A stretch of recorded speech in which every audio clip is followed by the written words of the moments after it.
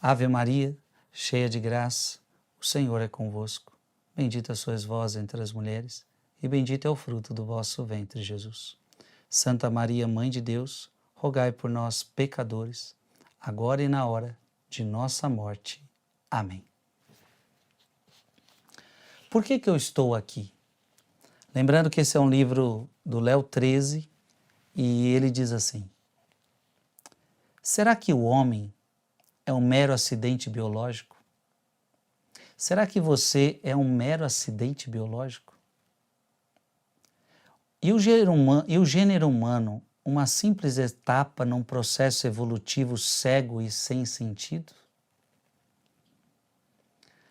Será que esta vida humana não passa de uma cintilação entre a longa escuridão que precede a concepção e a escuridão eterna que virá após a morte?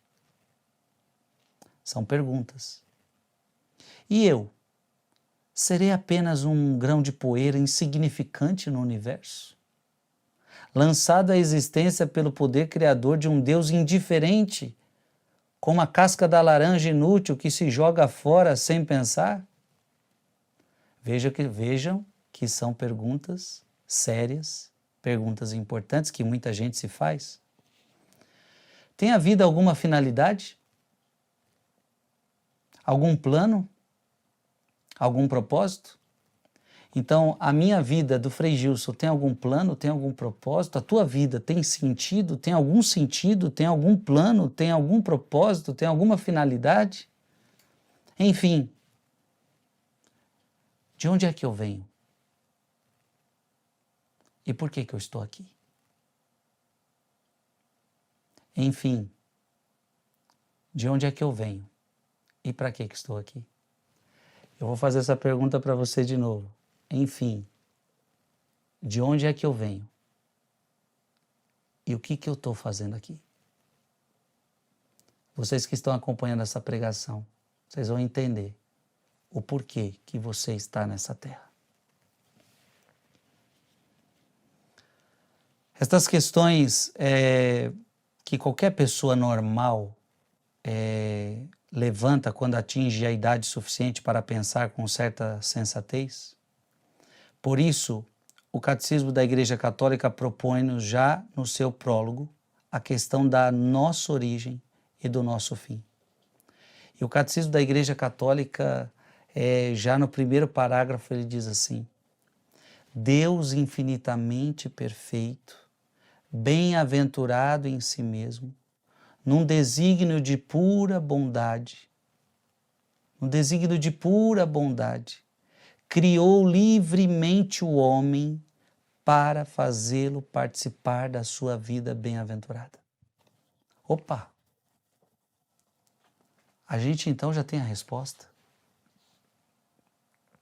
Nós já temos então o começo da resposta. Criou-nos livremente o homem para fazer-nos participar da sua vida bem-aventurada. Então Deus nos criou para participarmos da sua vida bem-aventurada. Gente, isso é muito bonito. Deus me criou para participar da sua vida. Então eu não sou um ser insignificante para Deus, eu não sou um qualquer um para Deus, não. Deus me criou para fazer-me participar da sua vida bem-aventurada. É por isso que eu já convido a você a abrir sua Bíblia em Gênesis capítulo 1, porque isso fica muito claro. Gênesis capítulo 1, versículo 27, primeiro livro da Bíblia, e diz assim: Deus criou o homem à sua imagem, criou-o à imagem de Deus, criou o homem e a mulher. Ora, meu irmão e minha irmã, se Deus nos criou à sua imagem, se Deus nos criou à sua semelhança, é para que a gente pudesse participar da sua vida. Isso é bonito. Você foi convidado, você é convidado a participar da vida de Deus. É condensada ao máximo a resposta a todas as questões que formulávamos acima e que podem resumir-se nesta outra. Para que Deus nos fez? Para que Deus nos fez? Aliás, eu já gostaria que você abrisse a sua Bíblia, porque é muito importante essa passagem. Efésios, capítulo 1. Para você saber essa pergunta, para que nos fez Deus? Efésios capítulo 1, versículo 3 em diante. E vai responder para você essa pergunta. Para que Deus nos fez? Bendito seja Deus Pai de nosso Senhor Jesus Cristo, que do alto do céu nos abençoou com toda a bênção espiritual em Cristo. E nos escolheu nele, antes da criação do mundo, para sermos santos e irrepreensíveis diante dos seus olhos. Para que Deus nos fez? Primeiro, Ele nos escolheu. E para que nos fez? Para sermos santos e irrepreensíveis diante dos seus olhos. No seu amor, predestinou para sermos adotados como filhos seus. Por Jesus Cristo, segundo o beneplácito de sua livre vontade, para fazer resplandecer na sua maravilhosa graça o que nos foi concedida por Ele no bem amado. Até aqui já é suficiente. Para que você foi escolhido? Para que Deus te fez? Para que você participasse da vida dele. Para que você participasse da santidade dele. Veja, é por isso que a Bíblia está dizendo assim, para sermos santos. Porque se ele te chamou para participar da vida dele, logo, ele é santo. Então, quem quer participar da vida de Deus deve ser santo.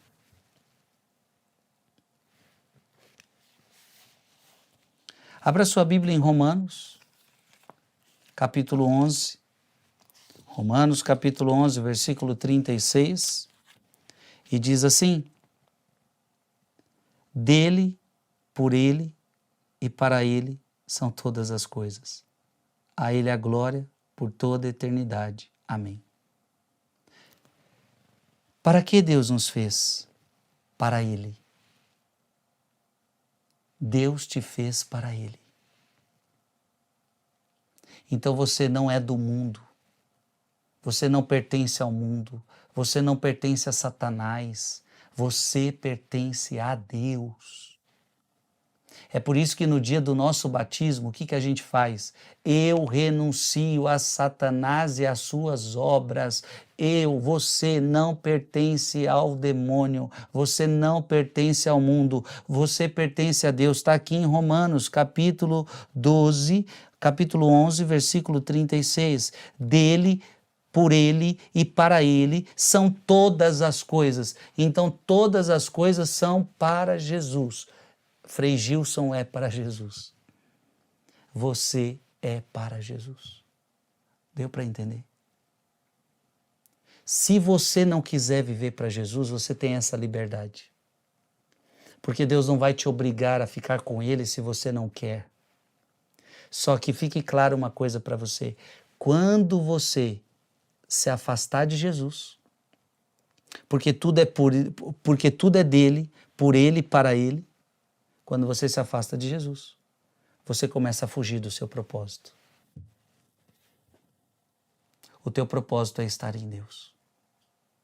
É para isso que Deus te colocou nessa terra. Ao respondermos a essa pergunta, veremos que a resposta tem duas vertentes, a de Deus e a nossa. Então, para que Deus nos fez? Essa resposta tem uma dupla face. E nós vamos ver agora. Se considerarmos do ponto de vista de Deus, a resposta é. Então veja, se considerarmos do ponto de vista de Deus, a resposta é: Deus nos fez para mostrar a sua bondade. Então, para que Deus nos fez? Para mostrar a sua vontade, a sua bondade. Em Efésios, isso ficou muito claro para nós. Se a gente continuasse lendo o texto, você ia perceber isso. Uma vez que ele é ser infinitamente perfeito, a principal razão pela qual faz uma coisa deve ser uma razão infinitamente perfeita. E, gente, olha que bonito isso. Se Deus é infinitamente perfeito, se ele faz algo perfeito. Mas só há uma razão infinitamente perfeita para se fazer uma coisa, e é fazê-la por Deus. Então, olha que pensamento bonito. Se Deus é infinitamente perfeito, ele só pode fazer coisas perfeitas. E uma coisa só é perfeita se ela é feita para Deus. Então, Deus não poderia ter feito você de uma forma imperfeita. Não, você foi criado à imagem e semelhança de Deus, como eu já falei. Isso é uma verdade bíblica. Agora, o que é uma coisa perfeita? É quando essa coisa é destinada para Deus. Então, se Deus te fizesse para que você vivesse no mundo, Deus não poderia fazer isso. Se Deus fizesse você para você viver com pazes com o diabo, Deus não podia fazer isso. Porque Deus não poderia fazer algo que não seja bom. Deus não pode fazer algo que não seja bom. Por isso, seria indigno de Deus, contrário à sua infinita perfeição, que ele fizesse alguma coisa por uma razão inferior a si mesmo. Talvez compreendamos melhor esta verdade se aplicarmos a nós. Mesmo para nós, a maior e melhor razão para fazermos alguma coisa é fazê-la por Deus. Então, quando você faz algo para Deus, isso tem um sentido diferente.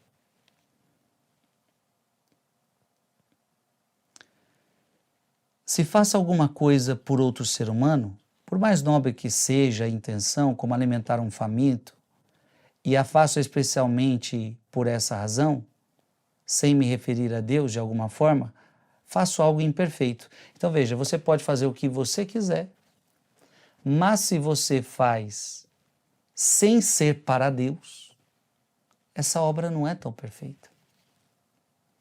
E quem fala isso também é Paulo, né? Se você for na carta aos Coríntios, pega aí sua Bíblia, Coríntios, 1 Coríntios, capítulo 13. 1 Coríntios, capítulo 13. Olha o que vai dizer. Versículo 2. 1 Coríntios 13, versículo 2. Mesmo que eu tivesse o dom da profecia, conhecesse todos os mistérios de toda a ciência, mesmo que eu tivesse toda a fé a ponto de transportar montanhas, se não tiver caridade, não sou nada.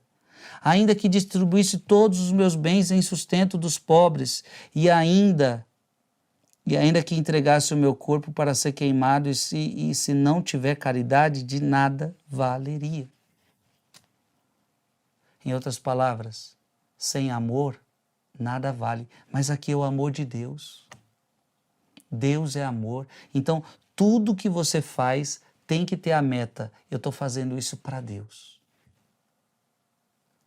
E porque amo a Deus, amo o meu próximo. Isso é muito importante. Não é uma coisa má. Às vezes, alimentar o faminto, isso não é uma coisa má. Mas a Bíblia deixou claro que é menos perfeita, e isso seria assim mesmo se fosse um anjo ou a própria Virgem Maria que realizasse essa ação e se precedisse de Deus. Então você pode fazer obras boas, mas se não for por causa de Deus, ela não é uma obra perfeita. Tá dando para entender? Então tem muita gente boa no mundo. Tem muita gente que faz coisas muito boas, mas às vezes ela não faz para a glória de Deus, ela não faz para Deus. muitas vezes ela faz para se mostrar, muitas vezes ela faz com outras intenções. E eu estou te ensinando agora que uma obra perfeita diante de Deus é quando você faz para Ele.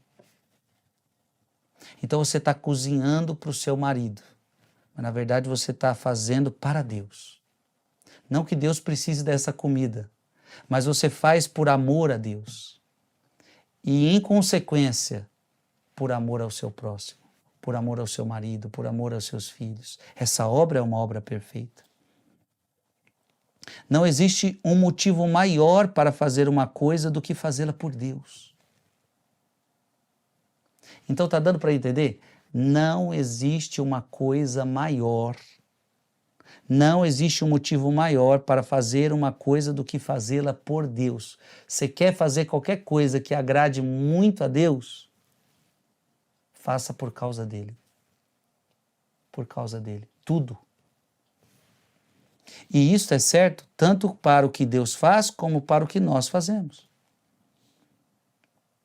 Abra sua Bíblia, nós vamos conferir isso em 1 Coríntios, capítulo 10, versículo 31. 1 Coríntios, capítulo 10, versículo 31. Portanto, quer comais, quer bebais, ou façais qualquer outra coisa, fazei tudo para a glória de Deus. Eita, a palavra confirmou tudo que o Frei falou até agora. Eu vou comer, eu vou beber, eu vou trabalhar, eu vou cuidar do meu filho, eu vou amamentar, eu vou descansar, eu vou fazer uma academia, eu vou viajar e passear com a família. Quer comais, quer bebais, quer fazeis qualquer outra coisa. Veja, qualquer outra coisa. Vai andar de bicicleta, vai jogar seu futebol, vai assistir um programa de TV. Qualquer coisa que você for fazer, fazei tudo para a glória de Deus. Foi para isso que você nasceu. Abra também sua Bíblia em Colossenses, para a gente confirmar isso. Colossenses capítulo 3, versículo 23. Colossenses 3, 23. Tudo o que fizerdes, tudo, não é uma coisinha, não é outra. Tudo o que fizerdes, fazei-o de bom coração, como para o Senhor e não para os homens. Foi para isso que você nasceu. Para servir a Deus. Fazer para o Senhor e não para os homens. Ué, mas Frei, está ficando estranho na minha cabeça. Deus pede para a gente amar o próximo, sim, mas você ama o próximo por causa de Deus.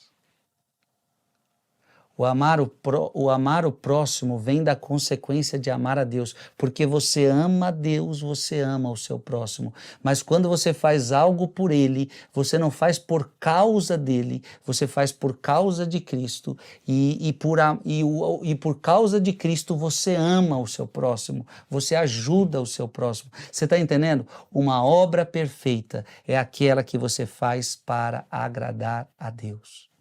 Ficou tudo muito claro. Quer comais, quer bebais, quer façais qualquer outra coisa, fazei tudo para a glória de Deus. Você pode fazer um monte de coisa neste mundo, mas você vai fazer para a glória de Deus. É para a glória de Deus. E aqui entra uma coisa muito importante. Tudo que eu faço tem que ser para a glória de Deus. E talvez tenha coisas que você esteja fazendo na sua vida que não é para a glória de Deus. Então, se você faz uma vida de pecado, por exemplo, você comete um adultério, isso é para a glória de Deus? Quer que façais qualquer outra coisa? Não. O pecado nunca pode ser para a glória de Deus. Ah, eu não quero perdoar fulano de tal. Eu não quero perdoar. E essa ação não pode ser para a glória de Deus. Tá dando para entender? A primeira razão, a grande razão pela qual Deus fez o universo e fez a nós, foi, portanto, a sua própria glória. Para mostrar o seu poder, a sua bondade infinita. O seu infinito poder mostra-nos pelo fato de existirmos. Lembre-se que você não era nada, você não existia. Ei, eu tenho 38 anos. Há 39 anos atrás, eu não existia.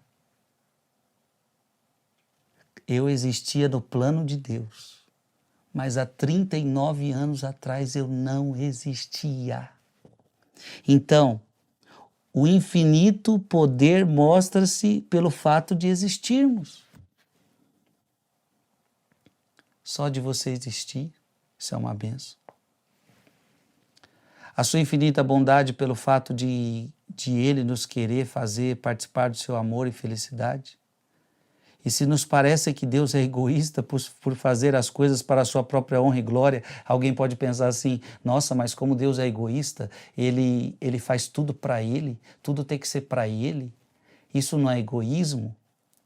É porque não podemos deixar de pensar nele em termos humanos. Quando você pensa assim, é porque toda vez que você pensa em Deus, você pensa em termos humanos. Você não consegue alcançar o pensamento de Deus. Pensamos em Deus como se fosse uma criatura igual a nós.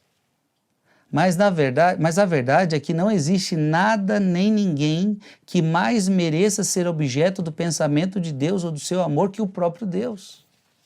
Então não tem como Deus fazer algo bom sem levar em conta Ele mesmo.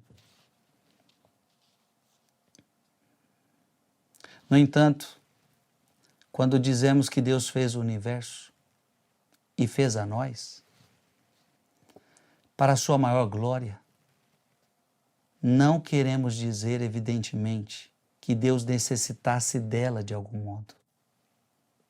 Opa, aqui nós temos algo importante. Ao mesmo tempo que Deus me cria por amor, ao mesmo tempo Ele não criou-me e não criou você por necessidade. Deus não tinha necessidade de nós.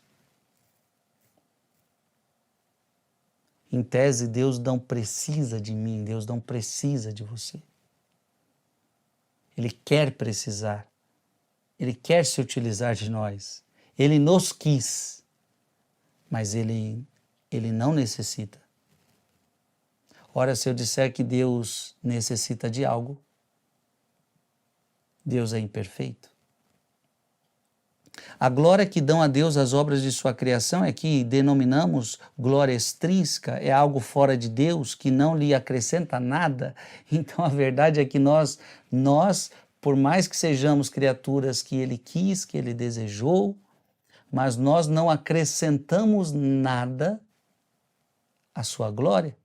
Ou seja, Deus não fica mais poderoso porque o Frei Gilson existiu, passou a existir. Deus não é mais poderoso porque você louva Ele, porque você adora Ele. Ele é todo poderoso, você adorando ou não, você reconhecendo ou não, você entendendo isso ou não.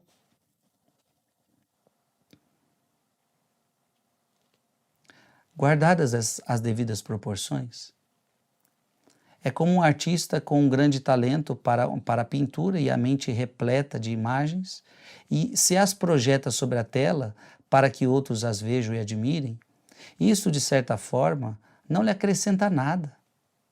Então o artista desenhou algo e todo mundo lá está admirando o que o artista desenhou. E todo mundo admira, mas isso não acrescenta nada na vida do artista. Não o torna melhor nem mais talentoso do que antes. É isso que eu quero dizer. Então você elogiar alguém não torna ela melhor ou mais talentosa. Simplesmente o reconhecimento de que algo é bonito, de que você fez algo bom.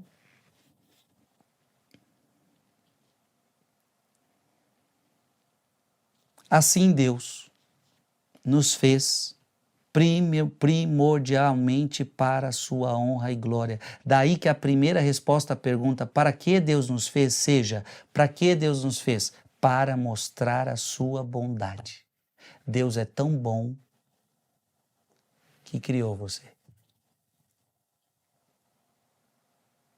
Não é à toa que no livro do Gênesis toda hora aparece aquela palavra, e Deus viu que tudo era bom.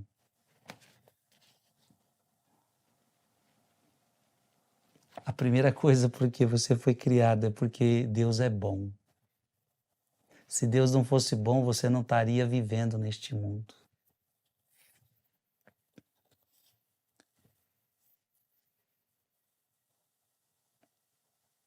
Porém, a principal maneira de Deus demonstrar a sua bondade baseia-se em que nos criou com uma alma espiritual e imortal. Aqui é a coisa linda. Quando Gênesis diz, você criado à imagem e semelhança de Deus, é porque nós fomos criados com alma espiritual e imortal. Parece pouca coisa? Parece pouca coisa para você? O sol não foi criado assim, os animais não foram criados assim, o animal não tem alma espiritual.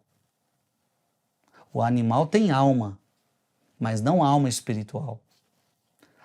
O animal tem alma naquele sentido que faz ele nascer, viver e morrer.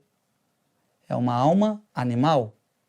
Você e eu temos uma alma espiritual.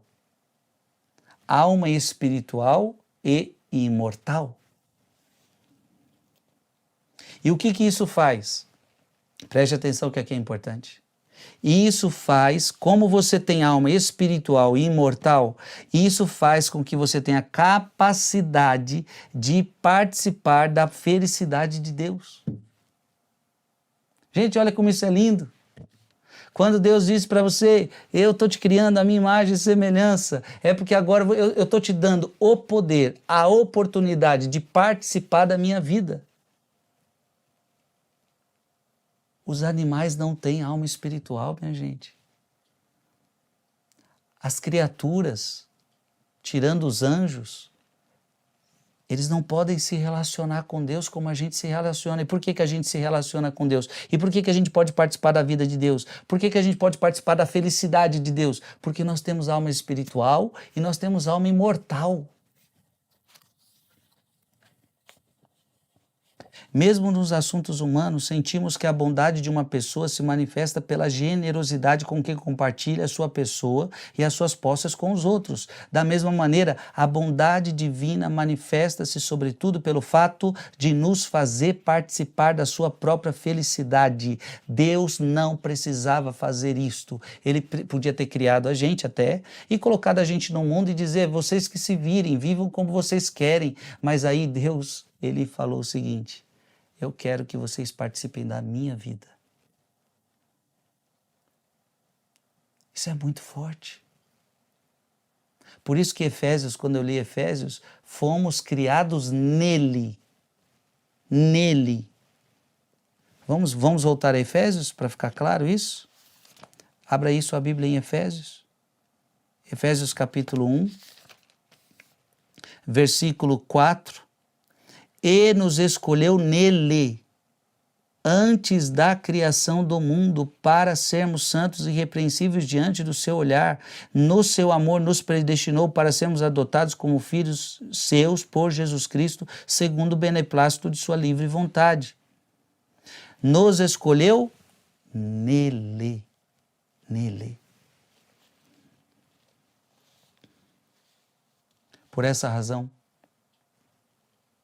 ao respondermos do nosso ponto de vista a pergunta, para que Deus nos fez? Dizemos que nos fez nos participar da sua vida bem-aventurada. Olha que bonito, nos fez participar da sua vida bem-aventurada. As duas respostas são como que as duas faces da mesma moeda, o anverso e o reverso. A bondade de Deus fez nos participar de sua felicidade. Então, para que Deus nos fez? Porque Ele é bom. E a bondade de Deus nos fez participar da sua felicidade. E a nossa participação na sua felicidade mostra a bondade de Deus. Gente, Deus é bom. Deus é bom. Deus é bom o tempo todo.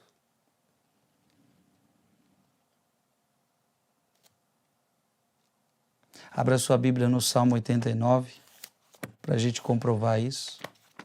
Olha que salmo bonito, Salmo 89, versículo 14. Cumulai-nos desde manhã com as vossas misericórdias, para exultarmos alegres em toda a nossa vida. Alegres por termos sido criados por Deus. Bem, agora chegou uma pergunta que nós precisamos responder. Aqui, gente, essas 40 pregações, nós vamos responder muitas perguntas. Porque este livro aqui é um livro de catequese, a fé explicada. Nós vamos explicar a fé para você.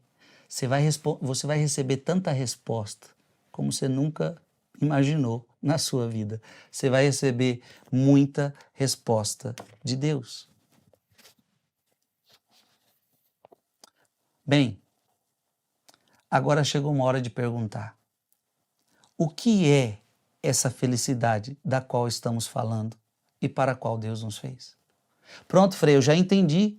Deus nos fez porque Ele é bom para manifestar a sua bondade, para eu participar da felicidade dEle. Que bonito! Eu não existia, Ele me trouxe à existência para eu participar da sua vida, para eu participar da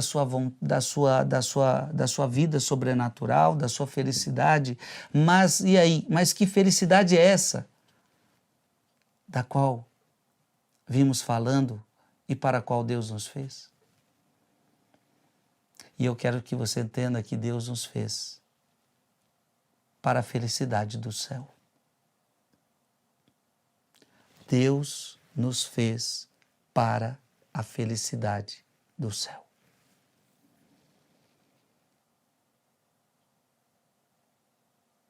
Abra sua Bíblia em Filipenses, capítulo 3, versículo 20. Filipenses, capítulo 3, versículo 20. Nós, porém, somos cidadãos dos céus. Então a palavra está deixando claro, nós somos cidadãos do céu. É de lá que ansiosamente esperamos o Salvador, o Senhor Jesus Cristo, versículo 21, que transformará nosso mísero corpo, tornando-o semelhante ao seu corpo glorioso, em virtude do poder que tem de sujeitar a si toda criatura. Então, que felicidade é essa que nós estamos falando que Deus nos chamou? Nós, porém, somos cidadãos dos céus. A vida que Deus tem para você não é nessa terra. A vida que Deus tem para você é no céu. E essa vida é uma vida feliz. Porque, preste atenção, abra a sua Bíblia. Em Apocalipse, capítulo 21, versículo 4. Veja se isso não é felicidade. Veja se isso não é felicidade.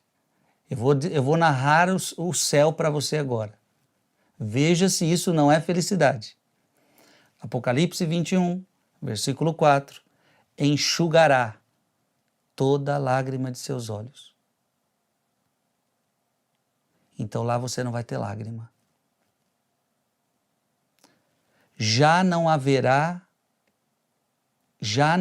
morte. Já não haverá morte. Então lá é um lugar de felicidade, não tem lágrima, não tem morte. Enxugará toda lágrima de seus olhos, já não haverá morte, nem luto, você não vai perder ninguém. Porque lá no céu nós não vamos nos encontrar com as pessoas que a gente ama. Mas agora você não vai ter o luto de perder alguém. Você não vai passar... Gente, como é difícil, né? Você ama uma pessoa e de repente você perde essa pessoa. Talvez tem gente passando por isso neste momento. Só que a Bíblia está dizendo agora para você, lá não há lágrima, lá não há morte, lá não há luto, lá não há grito, lá não há dor, porque passou a primeira condição. Então tudo isso que eu falei, lágrima é deste mundo, dor deste mundo, luto deste mundo, morte deste mundo, grito deste mundo, mas no céu é uma felicidade tão grande que não tem nada disso. Será que nós queremos ficar aqui embaixo? Como é que a gente pode... Por isso que Paulo começa a entender, né? Viver é bom, mas morrer é lucro. Pô, se morrer, eu não vou ter dor. Se morrendo, indo para o céu, obviamente, né? Indo para o céu, eu não vou ter dor, não vou ter lágrima, não vou ter sofrimento, não vai ter morte, não vai ter luto. Ora, viver é bom. Eu estou vivendo aqui, é bom, é maravilhoso. Obrigado, Deus, porque o Senhor me trouxe a existência. Mas morrer, quando chegar o dia de morrer, é lucro. Porque aqui é dor, é lágrima, é sofrimento, é angústia. Lá não vai ter dor.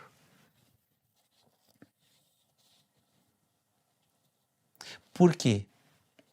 A primordial felicidade do céu consiste em que possuiremos a Deus, infinitamente perfeito, e seremos possuídos por Ele. Olha que bonito. Você vai possuir Deus e Deus vai possuir você. Numa união tão absoluta e completa que nem sequer remotamente podemos imaginar o êxtase que dela nos advirá. Você vai estar tão unido em Deus no céu que você não consegue imaginar isso. Abra sua Bíblia em Apocalipse, capítulo 21, nós já estamos nele, capítulo 21, versículo 7. O vencedor herdará tudo isso, e eu serei o seu Deus, e ele será o meu filho. No céu, eu serei o seu Deus e você será o meu filho. Olha que palavra linda Deus está te falando. 1 Coríntios, capítulo 6. 1 Coríntios, capítulo 6, versículo 17.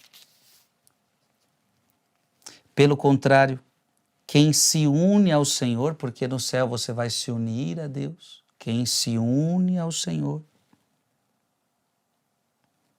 torna-se com Ele um só Espírito. Então você vai ser possuído por Deus, Ele vai possuir você. Um só Espírito. É para essa felicidade que você foi chamado, para o céu. E não será apenas um ser humano que possuiremos. Por mais admirável que seja, será o próprio Deus a quem nos uniremos de um modo pessoal e consciente. Deus que é bondade, verdade, beleza infinitas. Deus que é tudo e cujo amor infinito pode satisfazer, como nenhum amor da terra, todos os desejos e as aspirações do coração humano. Você não vai possuir homem, você vai possuir Deus. Abra sua Bíblia em Provérbios, capítulo 8. Provérbios, capítulo 8.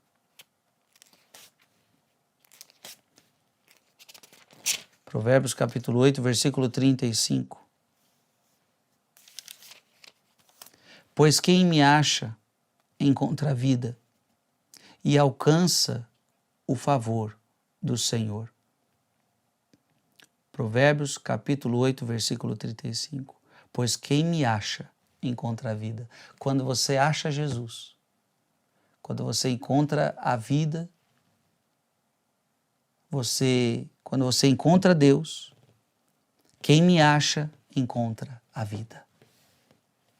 Então já não haverá morte. Eu vim para que todos tenham vida e vida em abundância. Abra sua Bíblia já também no Salmo. Está aí atrás, Salmo 72. Salmo 72. versículo 25. Afora vós, o que há para mim no céu? Fora, o que há para mim no céu? Fora vós. O que a gente quer no céu? Gente, no céu nós não queremos um shopping, nós não queremos um cinema, nós não queremos as coisas deste mundo. A quem tenho eu no céu senão a ti? Salmo 72, 25. Afora vós o que há para mim no céu, se vos possuo, nada mais me atrai na terra. Assim deveria ser a nossa vida. Abra 1 Coríntios. Lembrando que todas essas passagens bíblicas que eu estou dizendo para você, elas não se encontram no livro, então